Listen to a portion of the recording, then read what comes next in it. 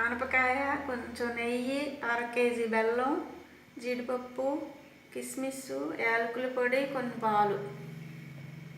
ఆనపకాయ పొట్టు తీసేసి ఇట్లా ముక్కలు కోసుకొని ఇట్లా ఇట్లా తురుముకోవాలి.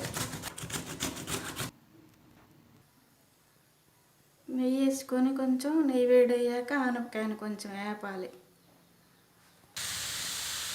5 నిమిషాలు వేపుకోవాలి. వేపుకున్నాక పాలు వేయాలి.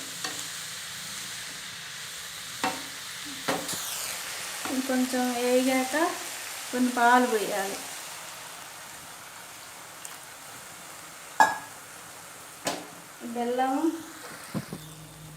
బెల్లం కూడా మరిగించి పచ్చివాసన రాకుండా ఇందులో పోయాలి. అంటే బెల్లం వేసేస్తే పచ్చివాసన వస్తుంది. ఇట్లా కరిగిచ్చేస్తే వాసన ఉండదు.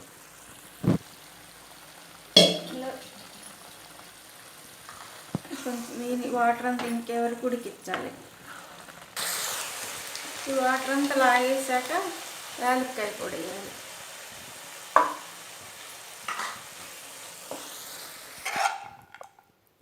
అదంతా ఒక గిన్నెలో పోసుకొని పైన జీడిపప్పు, కిస్మిస్లు వేసుకోవాలి. అట్లా